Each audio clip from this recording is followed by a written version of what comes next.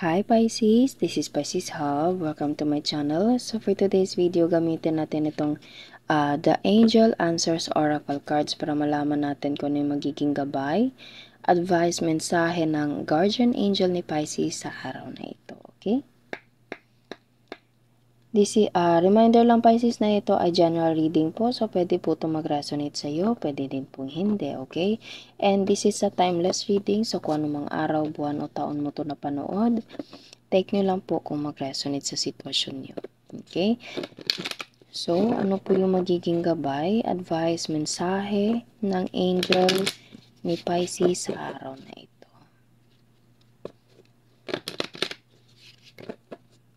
Okay. Ano po yung magiging gabay? Be assertive. Okay? So, wag Pisces, wag magdadalawang isip kung ano yung gusto mo, kung ano yung ano yung decision mo, panindigan mo. Okay? As long as wala kang aapakan na tao. Okay? So there's a decision making right here, Pisces, and kailangan mong panindigan ito and ask for help from others. Okay? Wag mahiyang maghingi ng tulong sa ibang tao kung nahihirapan man. Okay? So, ano pa po ang message niyo po for Pisces? Pwedeng ito ay merong connection sa trabaho, sa pang-araw-araw. Okay? And meron kang gagawin na alam mo yun, na decision. Okay, kunin nga natin to.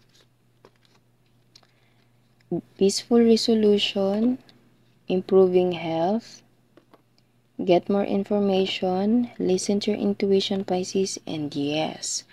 Okay. So, pwede meron nitong involved about health. Okay. Pwede physical health, emotional health, mental health, okay, or financial health. Depende po sa sitwasyon nyo po, Pisces. Pero, kung ano yung feeling mo, yun yung nararapat, panindigan mo, gawin mo, okay, as long as wala kang apakan tao. And ask for help from others, huwag mahiyang humingi ng tulong. Okay? Kung kailangan talaga. And think about peaceful resolution.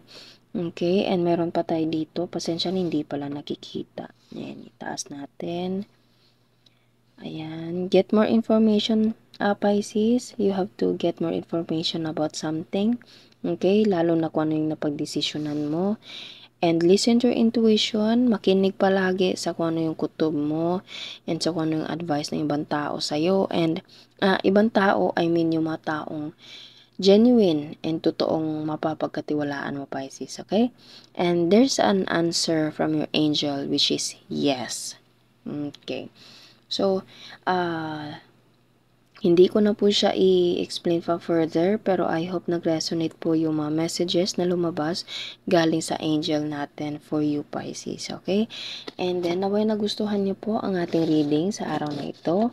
Huwag niyo po sanang kalimutan, Pisces, na mag-like at mag-subscribe po sa ating channel. And click the bell button para ma-notify po kayo sa next videos na i-upload natin, okay?